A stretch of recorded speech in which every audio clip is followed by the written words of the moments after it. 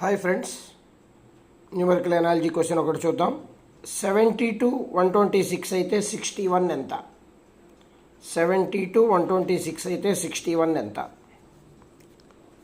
72 7 + 2 9, 7 × 2 14.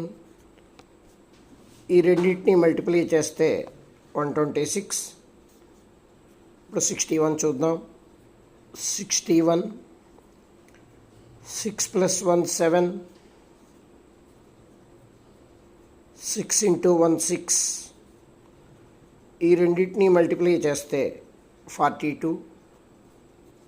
So మన answer 42.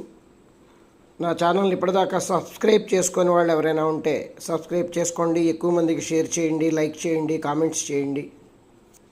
Thank you.